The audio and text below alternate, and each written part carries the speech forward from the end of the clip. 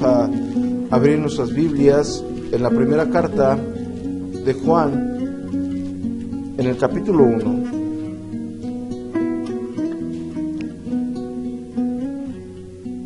Primera de Juan, capítulo 1. Le doy lectura a partir del primer verso. Lo que era desde el principio, lo que hemos oído, lo que hemos visto con nuestros ojos, lo que hemos contemplado y palparon nuestras manos tocante al verbo de vida. Porque la vida fue manifestada y la hemos visto y testificamos y os anunciamos la vida eterna, la cual estaba con el Padre y se os manifestó. Lo que hemos visto y oído, eso os anunciamos, para que también vosotros tengas comunión con nosotros. Y nuestra comunión verdadera es con el Padre y con su Hijo Jesucristo. Estas cosas os escribimos para que vuestro gozo sea cumplido. Este es el mensaje que hemos oído de Él y os anunciamos. Dios es luz y no hay ningunas tinieblas en Él. Si decimos que tenemos comunión con Él y andamos en tinieblas, mentimos y no practicamos la verdad. Pero si andamos en luz, como Él está en luz, tenemos comunión unos con otros. Y la sangre de Jesucristo, su Hijo, nos limpia de todo pecado. Si decimos que no tenemos pecado, nos engañamos a nosotros mismos y la verdad no está en nosotros. Si confesamos nuestros pecados, Él es fiel y justo para perdonar nuestros pecados y limpiarnos de toda maldad. Si decimos que no hemos pecado, le hacemos a Él mentiroso y su palabra no está en nosotros. Muy bien. Vamos a enfocarnos en los primeros versos del 1 al 4. En la prédica del día de hoy vamos a estar desglosando lo que el apóstol Juan dijo. Primero tenemos que tener en cuenta que es una de las cartas escritas o redactadas a finales del primer siglo. Recordemos que el apóstol Juan fue el último apóstol en perecer, el último apóstol que vio la iglesia primitiva crecer. Recordemos que fue el último apóstol que pudo dar testimonio del ministerio terrenal de nuestro Señor Jesucristo, que pudo dar testimonio de la resurrección misma de nuestro Señor Jesucristo. Fue el apóstol que vio a nuestro Señor crucificado, fue el apóstol que vio a nuestro Señor resucitar de los muertos, fue el apóstol que vio a los demás apóstoles sufrir el martirio, fue el apóstol que vio a toda la iglesia primitiva ser perseguida, ser martirizada, ser torturada. Y el apóstol escribe con autoridad esta carta. No deja al principio su autoría, sin embargo, los padres de la iglesia primitiva, conocían muy bien al apóstol y testifican de la autenticidad de la autoría, refiriéndose al apóstol Juan. El apóstol, teniendo en cuenta los padecimientos de los cristianos y teniendo en cuenta la desviación doctrinal que ya existía desde el principio, hace esta carta exhortando al creyente y les hace un llamado a los fundamentos de la fe. Siempre, desde el principio, era necesario que el hombre de Dios, el ministro de Dios, exhortara al pueblo a reflexionar sobre su vida cristiana. Y vamos a ver en esta carta qué es lo que está haciendo el apóstol Juan. El apóstol Juan les está invitando a reflexionar sobre la verdad del Evangelio. El apóstol Juan les está invitando a hacer una reflexión sobre su vida, sobre quién es Jesús, sobre lo que hizo Jesús y lo que ha hecho Jesús en la vida del creyente y lo que no ha hecho Jesús en la vida del no creyente, y hace una comparación, hace un antagonismo sobre la luz y las tinieblas, sobre lo que debe de morar en cada creyente y lo que mora en la persona que no ha creído realmente en Jesucristo como el Hijo de Dios, como la esperanza de la vida eterna. Y si nosotros nos damos cuenta, Él empieza lo que era desde el principio, lo que hemos oído, lo que hemos visto con nuestros ojos, lo que hemos contemplado y palparon nuestras manos tocante al verbo de vida. El apóstol Juan, no solo en esta carta, también en su evangelio, él es reiterante al decir el verbo de vida, la palabra de Dios, el logos. De hecho, el evangelio escrito también por él empieza con palabras similares, a diferencia que el evangelio que él escribe se remonta no solamente al principio de la existencia del mundo y de todo lo que conocemos, sino que se remonta a la preexistencia eterna de Jesucristo, que existía junto con el Padre, es decir, la Trinidad misma desde antes de la fundación del mundo. En esta carta, él empieza diciendo lo que contemplaron nuestros ojos tocante al verbo de vida. Ellos tuvieron la dicha tan grande de ver al Maestro. Tuvieron la dicha tan grande de ver hacer los milagros que él hacía. Yo quiero que ustedes traigan a su mente lo grandioso que pudo haber sido ver al Maestro multiplicar los peces, ver al Maestro caminar sobre las aguas, ver al Maestro sanar leprosos, ver al Maestro resucitar a Lázaro. Él caminó durante todo ese ministerio y él estuvo durante toda la persecución. Es decir, el apóstol Juan tenía la autoridad divina, el conocimiento previo para hacer una exhortación a toda la iglesia y llamarla al fundamento de la fe. ¿Cuál es el fundamento de la fe? El fundamento de la fe es que Cristo es el Hijo de Dios, murió y resucitó conforme lo antes escrito para el perdón de nuestros pecados, es decir, nos reconcilió con Dios. Mediante ese sacrificio vicario fuimos reconciliados con Dios para tener vida eterna, y exhorta en esta carta al creyente a permanecer en esa luz, a permanecer en esa esperanza de vida eterna. Si nosotros volcamos lo que el contexto histórico que está redactando el apóstol Juan aquí a lo que sucede hoy en día, tendríamos que caer en cuenta cuál es el cristianismo que cada uno de ustedes está viviendo. En aquella época ya empezaba el gnosticismo cristiano, es decir, ya existían herejes que querían desviar a las personas de la verdad bíblica como existen en la actualidad. El punto es que las personas que estamos aquí presentes, si somos creyentes, si hemos creído en la esperanza de la vida eterna, de estar con Dios en la eternidad, si verdaderamente ahí está nuestro corazón y nuestra esperanza, si nosotros nos levantamos y nos acostamos, si en el momento que cavilamos en la palabra, si en el momento que oramos, estamos conscientes de que anhelamos ardientemente ese momento,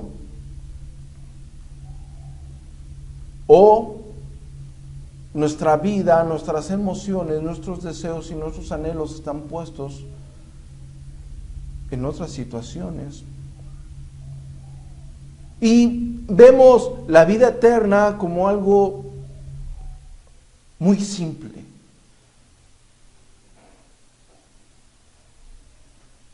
Nuestra vida en la tierra va a reflejar lo que esperamos con Dios por la eternidad. Dios llama a su pueblo a santidad. Ese es el llamado que hay para nuestras vidas, una vida en santidad. Si nosotros tenemos la esperanza de la vida eterna, vamos a tener esa esperanza aquí en la tierra. Es decir, vamos a vivir guardándonos para Dios. Primero, yo quiero que cada uno de nosotros vaya a la primera carta que el apóstol Pablo escribe a los Corintios, en el capítulo 15. Quiero que vayamos juntos a esta carta para que logremos exponer con claridad los fundamentos de la fe, para así lograr entender lo que el apóstol Juan quiere que los cristianos de aquella época regresen en su forma de vivir y en su forma de pensar y en su esperanza. Primera de Corintios, en el capítulo 15, el apóstol Pablo diciendo: además os declaro, hermanos, el evangelio que os he predicado, el cual también recibiste, en el cual también perseveráis, por el cual asimismo, si retenéis la palabra que os he predicado, sois salvos, si no creíste en vano. Porque primeramente os he enseñado lo que asimismo recibí, que Cristo murió por nuestros pecados conforme a las Escrituras, y que fue sepultado y que resucitó al tercer día conforme a las Escrituras, y que apareció a Cefas y después a los 12, después apareció a más de 500 hermanos a la vez, de los cuales muchos viven aún y otros ya duermen. Muy bien, era necesario que los apóstoles, así como es necesario que las personas que ministran hoy en día, siempre exhorten al pueblo a regresar al fundamento de la fe. Cristo murió y resucitó. Pareciera que la iglesia en la actualidad recita esto de memoria sin tener en cuenta la grandeza que conlleva esto. Que Cristo haya muerto por nuestros pecados y haya resucitado es algo que nosotros tenemos que tener consciente minuto a minuto. Dios se hizo hombre en la persona de Jesucristo y murió conforme lo antes escrito. Es decir, todo lo profetizado apuntaba a nuestro Señor Jesucristo para redimir a sus santos. Muy bien, ¿cuál fue el fin de que Jesucristo haya muerto? El perdón de los pecados. Vamos al libro de Gálatas, en el capítulo 1.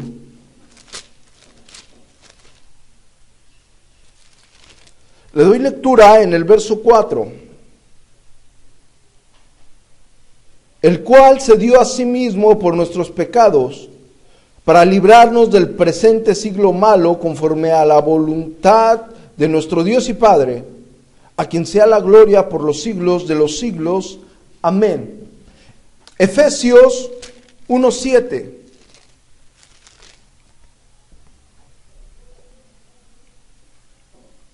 En quien tenemos redención por su sangre, el perdón de pecados según las riquezas de su gracia.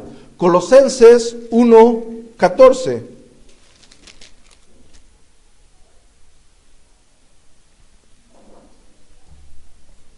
En quien tenemos redención por su sangre, el perdón de pecados. Muy bien, su sangre nos redime. El apóstol Juan, en su primera carta, se está encargando en su introducción de dejar plasmado en pocas palabras diciendo y recordándole lo que hemos oído, lo que palparon nuestras manos tocante al verbo de vida. En aquellos tiempos, en la iglesia primitiva, circulaban muchos escritos. Las personas testificaban de lo que ocularmente habían sido testigos. No se podía hablar de otra cosa. Al decir que no se podía, es que era tan grande y tan maravilloso el hecho de que Dios mismo se había manifestado en la persona de Jesucristo. Ellos vieron el cumplimiento de esas promesas. El apóstol Juan fue testigo. Hay un libro, prefiero no decir el nombre, el título, por aquello de los derechos de autor, pero me encanta la apología que está haciendo a favor de la resurrección de Jesucristo, de la veracidad de la muerte y resurrección de Jesucristo.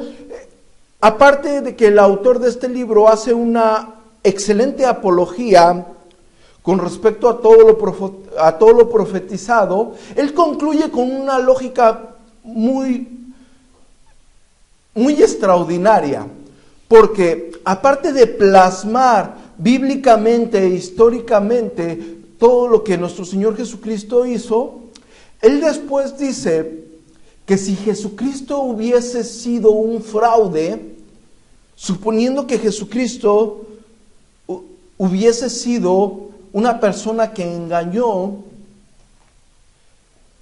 ¿por qué su engaño hubiera llegado a tal grado de morir en una cruz y padecer por una cruz? Es decir, ¿por qué alguien hubiese mentido a las personas de tal manera que hasta la muerte, hasta la misma muerte, llevaría esa mentira? Y peor aún, si fuera una mentira, ¿por qué las personas que lo siguieron, las personas que siguieron lo que él decía, murieron de la misma manera? ¿Por qué a alguien no le importaba perder su vida si hubiese sido mentira lo que nuestro Señor Jesucristo dijo? Y a mí me encanta el hecho de pensar la situación que vivían la iglesia primitiva y el hecho de ir al martirio, el hecho de perder su vida por el maestro. Posterior a la iglesia primitiva, los escritos del apóstol Juan tenían tanta influencia, así como los del apóstol Pablo. Todo es inspiración divina. Recordemos que discípulos del apóstol Juan como Ignacio de Antioquía, que no le importó ir al martirio, inclusive estando frente al procónsul, y aquel ofreciéndole ser sacerdote del dios Júpiter, a este hombre de Dios responde que su única ambición era entrar ardientemente en el reino de Dios. Policarpo de Esmirna no le importó ir al martirio, no le importó sufrir el martirio, y no obstante, en el camino del martirio, con el valor y el temple de un hombre de Dios, no le importó exhortar al arrepentimiento al pueblo. ¿Qué hay? ¿Qué profundidad tan grande debe de haber y qué convicción tan grande debe de haber en un hombre de Dios que no te importa nada más que la promesa que está desde antes de la fundación del mundo? Que la promesa que está desde antes que todo existiera. Vamos al libro de Tito.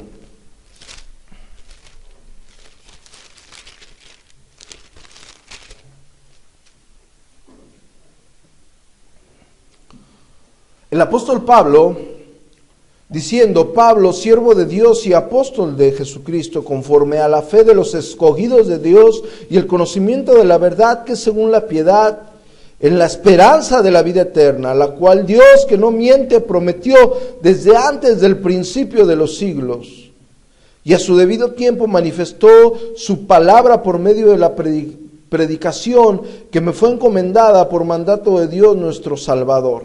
Muy bien.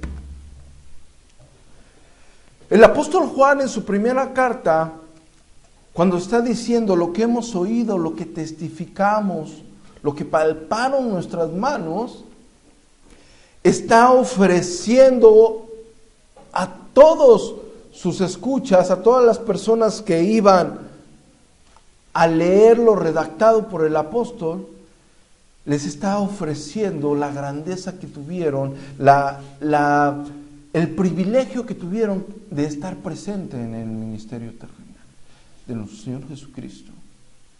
Ahora, la Escritura dice que más bienaventurado es aquel que sin ver ha creído. La Escritura nos hace aún más bienaventurados a nosotros, que sin haber estado con el Maestro, hemos creído.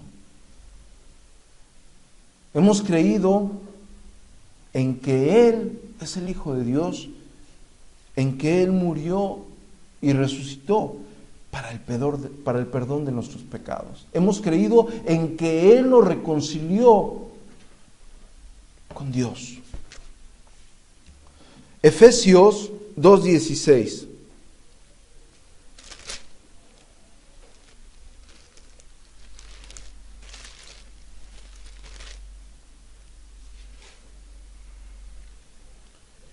Y mediante la cruz reconciliar con Dios a ambos en un solo cuerpo, matando en ella las enemistades. Colosenses 1:20.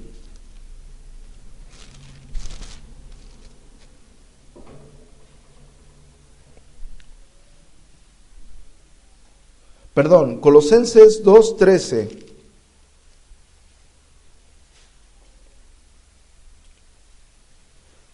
Y a vosotros, estando muertos en pecados y en la incircuncisión de vuestra carne, os dio vida juntamente con Él, perdonándonos todos los pecados, anulando el acta de los decretos que había contra nosotros, que nos era contraria, quitándola del medio y clavándola en la cruz.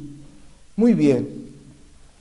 La Escritura dice en Romanos 3:23 que por cuanto todos pecaron están destituidos de la gloria de Dios. Romanos 3:10 dice que no hay justo ni siquiera uno. El libro de Eclesiastés, en el capítulo 7, en el verso 20, dice que no hay hombre justo en la tierra, hombre bueno en la tierra que nunca haya pecado. La Escritura dice que todos estamos condenados por nuestra naturaleza pecadora. Jesucristo se hizo hombre, Dios se hizo hombre en la persona de Jesucristo para el perdón de nuestros pecados. Ese es el fundamento mismo de la fe. Esa es la gloriosa gracia de Dios en nuestras vidas. Ahí es donde tenemos que englobar nuestro pensamiento. A partir de ahí nosotros tenemos que pensar y tenemos que fundamentar nuestra vida cristiana. ¿En dónde están nuestros pensamientos? ¿Qué es lo que te motivó el día de hoy a venir? ¿Qué es lo que te motiva día con día a caminar en integridad ante los ojos de Dios? ¿Qué es lo que te motiva a vivir en comunión con todos tus hermanos? ¿Qué es lo que te motiva a leer las Escrituras, a entonar un canto? El conocimiento de las Escrituras es muy bueno, pero si tú lo quieres, si tú lo anhelas, este conocimiento, para tú agradar a Dios con tu forma de vivir, te felicito. Pero si solamente es un cúmulo de conocimiento sapiensal para manifestar tu egocentrismo, no te va a llevar a ningún lado. Pero si tu esperanza está puesta en la vida eterna, si tu esperanza está en aquello que el apóstol Juan redacta diciendo que palpó, que escuchó, aquello que ha sido predicado, aquello que ha dividido la historia,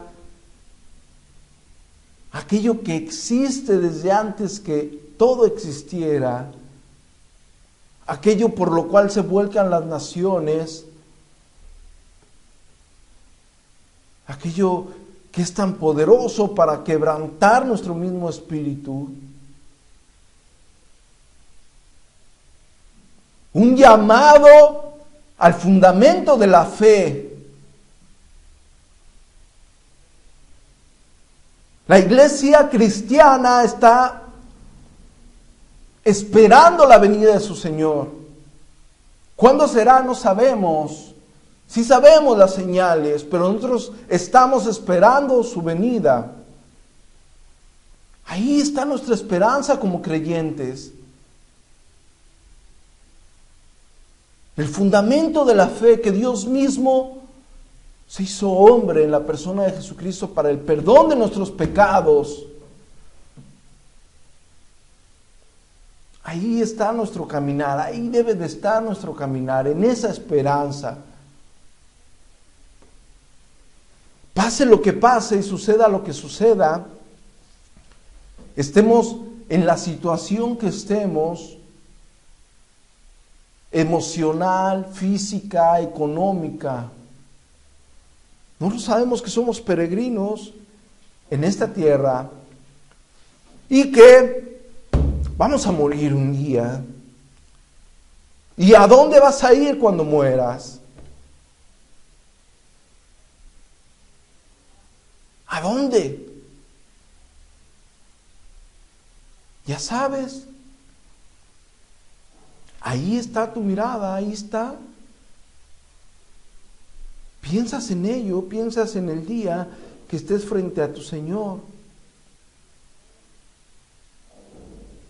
Lo podrás ver a los ojos y le podrás decir: Señor, yo intenté con todo el corazón guardarme para ti, servirte, amar a mis hermanos. ¿Qué va a pasar en ese momento cuando tú estés frente a Él? Frente a su gloriosa santidad,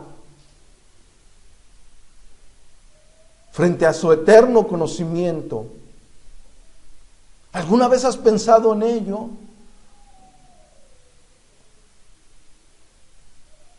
¿O tu fe cristiana se limita a ser partícipe de una organización religiosa, a ser partícipe de un club social, a ser partícipe de solamente un día ir, saludar a un grupo de personas y toda la semana quizás ni te acuerdes de la integridad que exige Dios para nuestras vidas? Integridad que no se puede adquirir si no nos hemos arrepentido genuinamente en nuestros pecados. Es necesario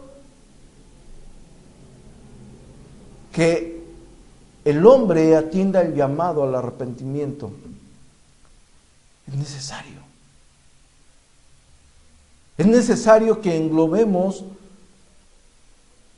nuestra fe a la luz de las Escrituras. Es necesario que dejemos a un lado el intento que ha hecho el hombre por estar bien consigo mismo al inventar multitud de religiones y multitud de pretextos para alejarse de las exigencias que Dios ha establecido en sus santas Escrituras. No hay pretexto alguno Dios ya estableció lo que Él pide de nosotros. Y lo que Él demanda de nosotros es una vida sumisa a su palabra, gobernada por su Santo Espíritu, el cual tú no podrás nunca adquirir si no te arrepientes.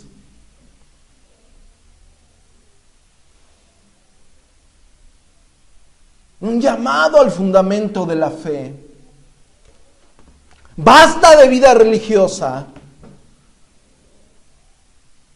Basta de hipocresías.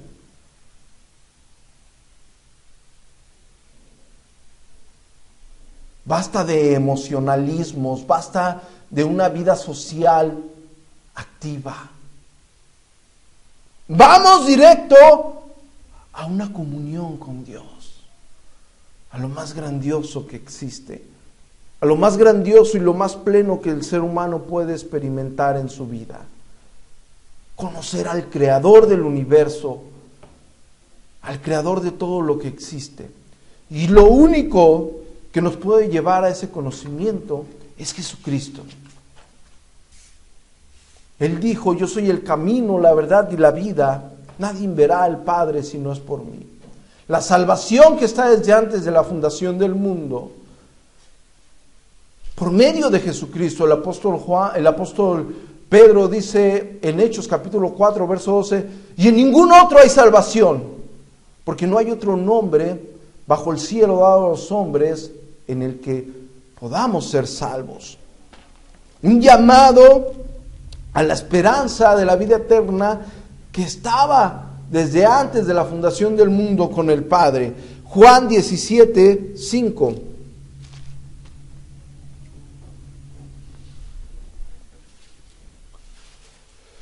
Le doy lectura desde el verso 1. Estas cosas habló Jesús y levantando los ojos al cielo dijo: Padre, la hora ha llegado, glorifica a tu Hijo, para que también tu Hijo te glorifique a ti, como le has dado potestad sobre toda carne, para que dé vida eterna a todos los que le diste. Y esta es la vida eterna, que te conozcan a ti, el único Dios verdadero, y a Jesucristo, a quien has enviado. Yo te he glorificado en la tierra, he acabado la obra que me diste que hiciese. Ahora pues, Padre, glorifícame tú al lado tuyo, con aquella gloria que tuve contigo antes que el mundo fuese. La comisión dada por el Padre al Hijo. Recordemos que en reiteradas ocasiones nuestro Señor Jesucristo dice: el Padre que me ha enviado, he cumplido lo que el Padre me ha enviado. Los eruditos le llaman el consejo de redención, el pacto de redención. Desde antes de la fundación del mundo, Dios Padre, Dios Hijo y el Espíritu Santo, en la eternidad pasada, se reunieron para decretar, para establecer, para decir y determinar, redimir a sus santos para estar con la eternidad por Él. Juan 5:30.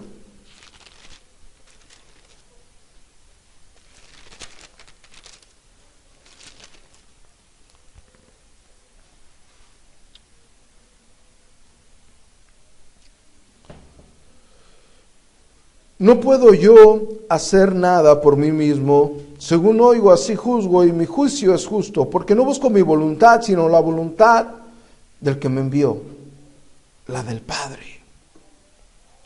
Vamos al capítulo 6 del mismo Evangelio, en el verso 38. Porque he descendido del cielo no para hacer mi voluntad, sino la voluntad del que me envió. Y esta es la voluntad del Padre, el que me envió, que de todo lo que me diere, no pierda yo nada, sino que lo resucite en el día postrero.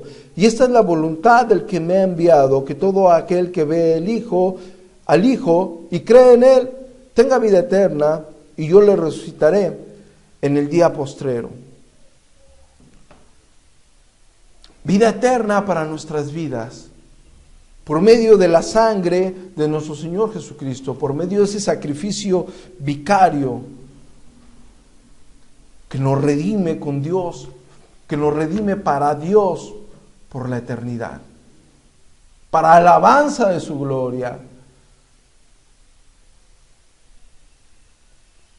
Dios dice, no lo hago por causa de vosotros, lo hago para alabanza de su misma gloria.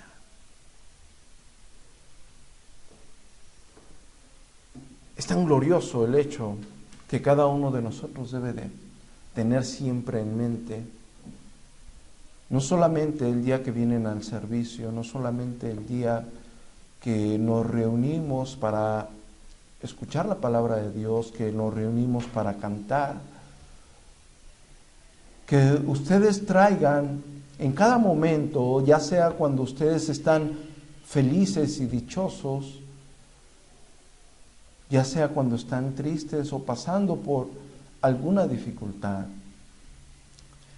que traigan a su mente el hecho de que Dios se hizo hombre en la persona de Jesucristo para el perdón de nuestros pecados. Que Dios se hizo hombre y caminó en esta tierra. Que no tenía por qué hacerlo, que no tenía por qué venir y padecer por nosotros. Sin embargo, lo hizo.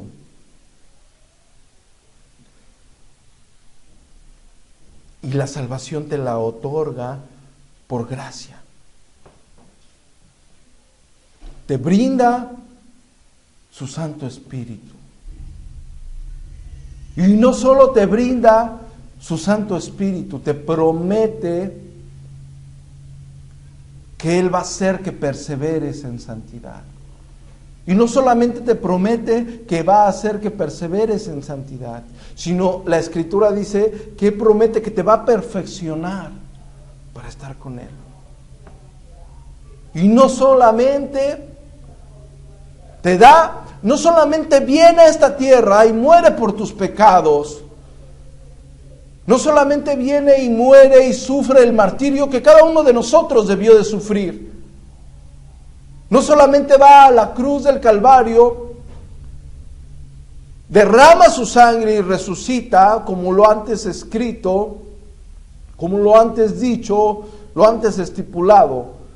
No solamente sucede eso, no solamente te da de su Santo Espíritu, te guarda, te cuida, te perfecciona,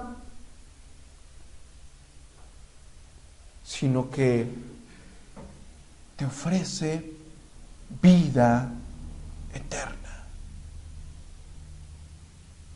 Y esa esperanza, esa vida eterna empieza desde el momento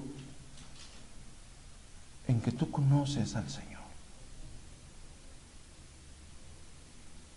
Desde el momento en que Él hace morada en tu vida. Desde el momento en que tú has entendido que no estimó el ser igual a Dios como cosa que aferrarse, sino que se despojó de sí mismo. Vamos a Filipenses.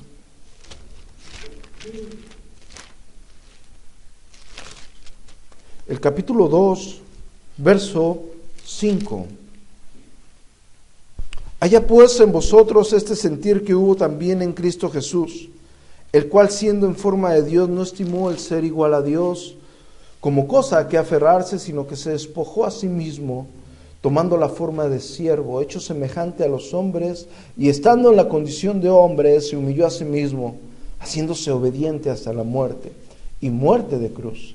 Por lo cual Dios también le exaltó hasta lo sumo, y le dio un nombre que es sobre todo nombre, para que en el nombre de Jesús se doble toda rodilla de los que están en los cielos y en la tierra y debajo de la tierra, y toda lengua confiese que Jesucristo es el Señor, para gloria de Dios Padre.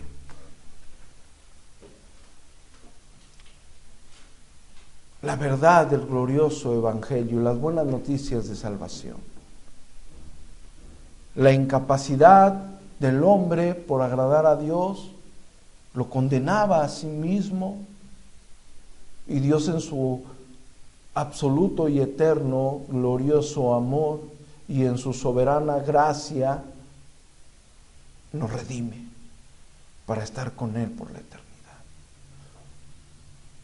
Un llamado a los fundamentos de la fe, un llamado a la esencia misma del Evangelio, la gracia de Dios en la vida de cada una de las personas que se han arrepentido. Y en las personas que no se han arrepentido, el llamado al arrepentimiento. La gloriosa gracia de Dios en la vida de cada uno de nosotros. Y el apóstol Juan se lo redacta al principio de su carta. Lo que testificaron, lo que vieron, lo que palparon tocante al verbo de vida.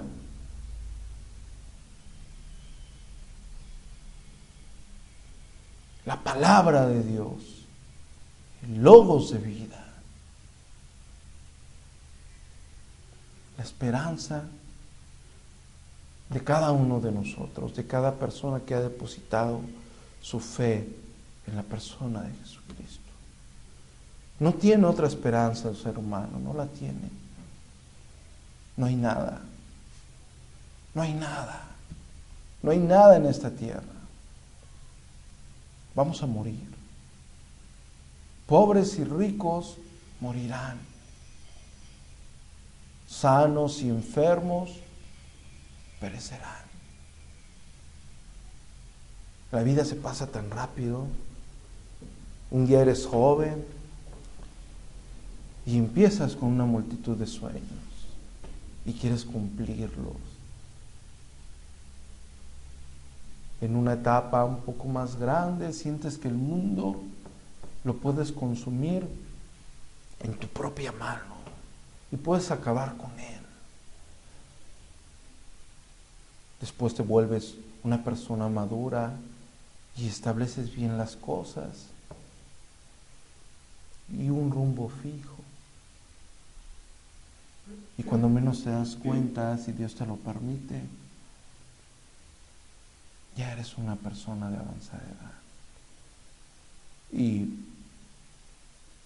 la agilidad que tenías para hacer algunas cosas, ya no la tienes. La habilidad y destreza mental se ha perdido.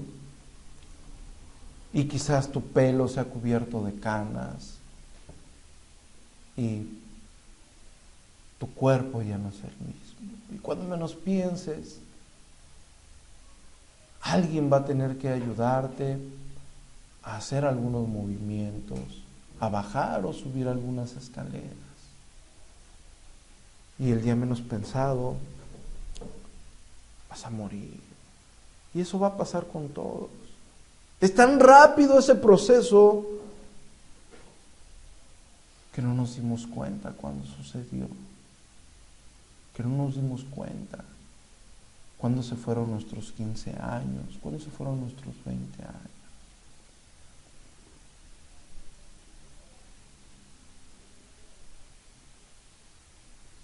Atesorar algo aquí en la tierra sería absurdo,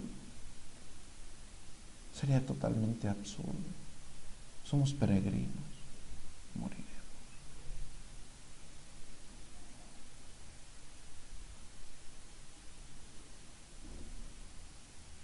Pero hay una esperanza.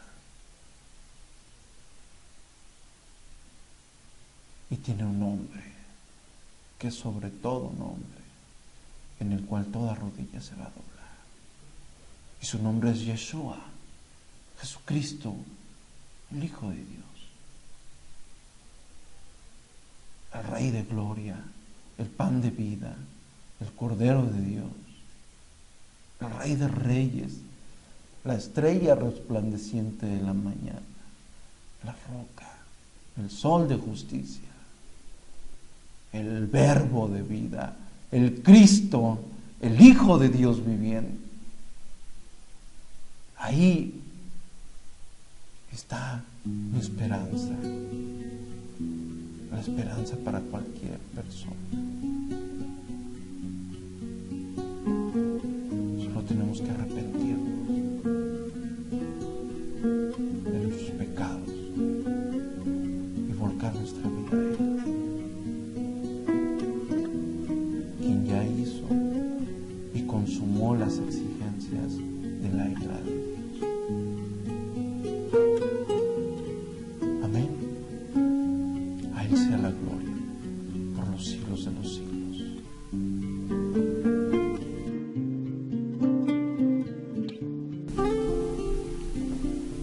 Inclinen su rostro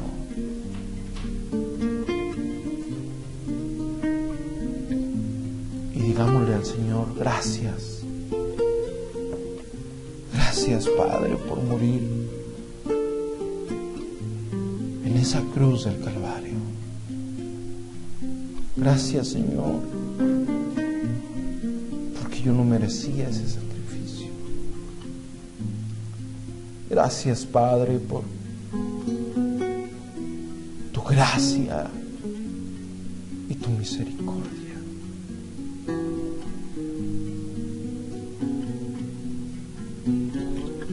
Gracias, porque siendo quien soy, has extendido tu misericordia para mi vida, para nuestras vidas. Gracias, Padre, en el nombre de tu Hijo amado. Gracias, Señor, por tu misericordia. Gracias, Padre. Te alabamos y te glorificamos. Te damos gloria, honra y alabanza. En el nombre poderoso de Jesucristo, te pedimos perdón por todos nuestros pecados. Te pedimos perdón por nuestros pensamientos y deseos. Te pedimos perdón, Padre, en el nombre de Jesucristo. Ayúdanos a vivir para ti y enséñanos a vivir para ti, Señor. Ayúdanos a poner nuestra mirada en la vida eterna. Ayúdanos a poner nuestra mirada en ti, en el nombre poderoso de Jesucristo. Amén.